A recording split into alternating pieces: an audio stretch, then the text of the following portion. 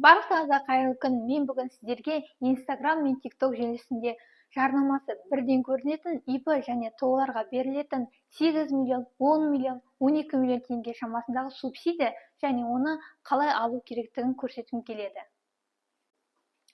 Мұндай ИП және ТО-ларға берілетін мемлекеттік көмекті біз жұмыс орындарын субсидиялау деп айтамыз. Яғни, егер сіздің белгілі бір кәсіпорныңыз болса және ода жұмысшыларыңыз жұмыс істейтін болса, мемлекет сіздің жұмысшыларыңыз жалақысын белгілі бір бөлігін субсидиялады, яғни жеңілдетіп, яғни белгілі бір бөлігін мемлекет төлеп отырады. Бұл субсидия алудың негізгі екі шарты бар.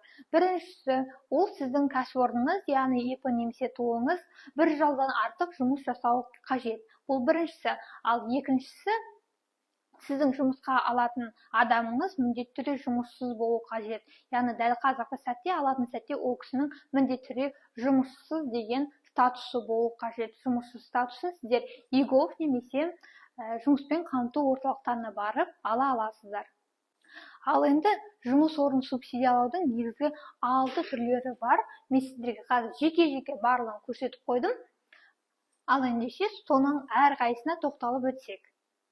Ең бірінші жұмыс орнынан субсидиялаудың түрі ол қоғамдық жұмыстар. Яғни сіздің жұмысшыңыз міндетті түрде қоғамға пайдалы еңбекті атқару қажет. Яғни мысалы почтальон, құрылысшы, аула сыпырушы сияқты еңбегі қоғамға пайдалы болуы қажет. Субсидиялау мерзімі 12 айды құрайды. Жалақысы 20 МРП, яғни 20 айлық есептегіш көрсеткіштен аз болмауы қажет. Оны міндетті түрде толық мемлекет төлейді. Мысалы, мен кез келген нәрсені түсіндіргенде міндетті түрде мысалды көрсеткім келеді, солай түсіну ыңғайырақ деп ойлаймыз. Сондықтан мына жерге мысалы деп бір кесте жазып қойдым. Мысалы, егер жаңағы жұмысшыңыз 150 мың теңге зарплата алатын болса, жалақы алатын болса, оны толығымен мемлекет төлейді және жұмыс берушіден шығатын шығын 0-ды құрайды. Келесі бізде әлеуметтік жұмыс. Бұл жұмысқа кез келген адамды алуға болады және ол кез келген еңбекті атқаруына болады. Бұның субсидиялау мерзімі 12 айды құрайды.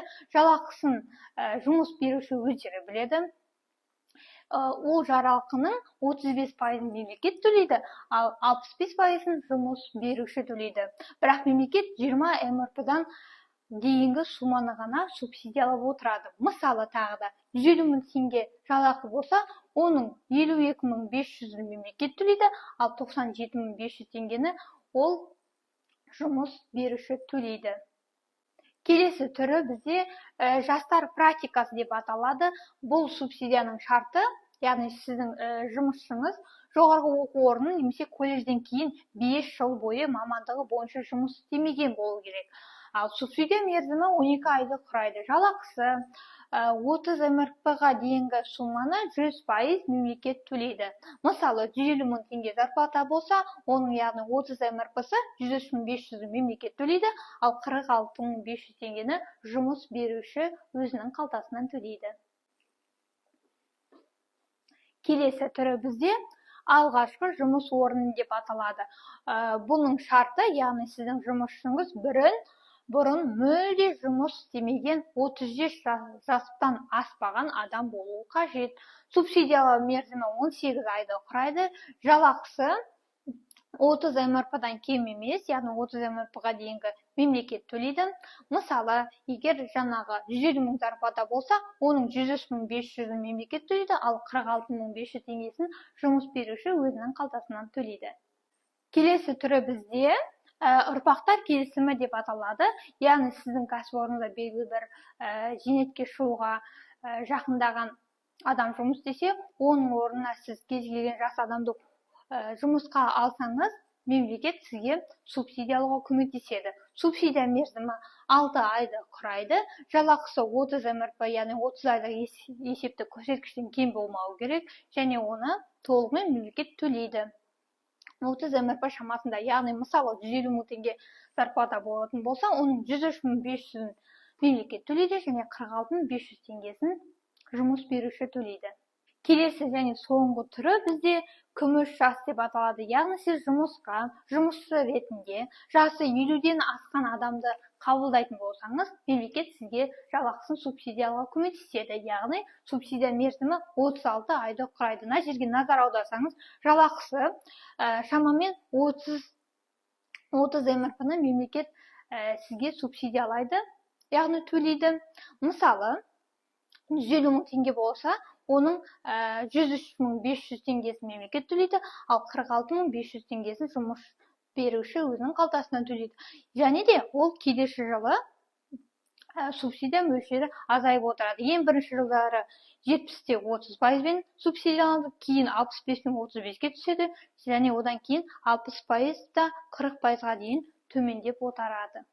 Енді мынау ең соңғы бағанаға назар аударсаңыз, бұл жерде айта кететін жайт, бұл жерде екі категория, яғни әлеуметтік жұмыс пен күміс жас категориясын субсидиялау кезінде жұмыс беруші өзінің жұмысына 5 төлем жасауы қажет. Ол әрине өздеріңіз білесіз, жалақыдан алынатын және оның жалақының сыртында ол яғни пенсионное отчисление 10%, ИПН 10%, социальное отчисление 3,5%, медстрахование 2%, және медицинское отчисление 3% құрайды. Бұл шығындарды осы екі категория негізінде жұмыс беруші өзінің мойнына алады. Байқап отырсаңыздар, мына жердегі көрсеткіштен барлығы 2023 жылы көрсеткіштермен жасалынған. 2024 жылы болжам бойынша, яғни МРП саны көбейеді. 2023 жылы МРП саны 3450-ге тең болса, 2024 жылы ол 3600-ға дейін көбеюі мүмкін. Сондықтан егер 2024 жылы қарап отырсаңыздар, МРП-ның орнына мына жер 3450 емес, яғни 3600 теңге қоюларыңыз қажет.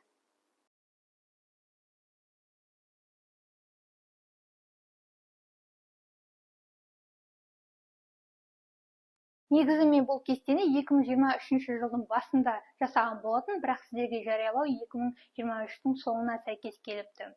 Бірақ егер сіздер келесі жылы көретін болсаңыздар, келесі жылда негізі бұның шарттары өзгермейді, тек қана жаңа айтқандай МРП саны ғана өзгеруі мүмкін. Енді видеоның басында айтқандағыдай сіздерге 8 миллион, 10 миллион, 12 миллион теңгенің субсидиясы қайдан шықты, соны көрсеткім келеді. Мысалы, ол үшін, яғни мысалы әлеуметтік жұмыс категориясын алсақ, бұл жерде бір адамға мемлекет 52.500 теңге төлейді ай сайын. 52.500 теңгені сіздер көбейтесіздер 12-ке. Яғни бір жылда оған субсидия мөлшері 630 мың теңгені құрайды. Ал сіздер 10 адамға дейін субсидия аласыздар, сондықтан бір адамға бұл жерде 630 мың теңгені құрағандықтан 10 адамдар сіздерге 6 миллион 300 мың теңгені субсидия аласыздар. Тура сол сияқты мысалы жастар практикасын алсақ, мына жерде мемлекет субсидиялайтын сумма 103.500 теңгені құраса, бір жылда мемлекет оған, қазір 103.500 теңгені құраса, бір жылда мемлекет оған шамамен 1 миллион 242 мың теңгені субсидиялайтын болады. Яғни 1 миллион 242 мың теңгені сіздер 10 адамға дейін субсидия аласыздар, сонда 12 миллион теңге осы жерден шығады екен. Ал енді осы субсидияларды ешкімнің көмегінсіз өз бетіңізден алғың келсе, ол үшін сіздер міндетті түрде еңбек.kz сайтына тіркеліп, сол жерден заявка жіберулеріңізде әбден болады. Енді бұл субсидиялау мемлекет тарапынан жасалған ең үлкен көмектердің бірі деп ойлаймын. Сондықтан, егер сізде осындай мүмкіндік болса, міндетті түрде субсидиялауға заявка, яғни өтінім жіберіп көріңіздер. Енді қарап отырсақ, мемлекет сіздің кәсібіңізді кеңейту үшін субсидия бере алады. 400 МРП 5 миллионға дейінгі, мен ол туралы өткен видеода айтқан болатын. Және сол кәсіпорныңызға, яғни ипыңызға, тойыңызға жұмысшы алатын болсаңыз, осылай 10 жұмысшыға дейінгі мөлшерде субсидия бере алады. Және де тағы да сізге ақша қаражаттар қажет болса, 2,5 немесе 6% мөлшерінде сіздерге мемлекет несие бере алады. Енді мемлекет тарапынан осындай қолдаулар бар болғандықтан, сіздерге тек өзіңіздің бизнесіңізді мықтап дамытып, жұмыс істеу ғана қалады. Ал егер қаржы жағына сауаттылық қажет болса, онда сіздерге менің YouTube каналыма тіркеліп, сондағы видеоларды көруді ұсынамын. Назарларыңызға рахмет.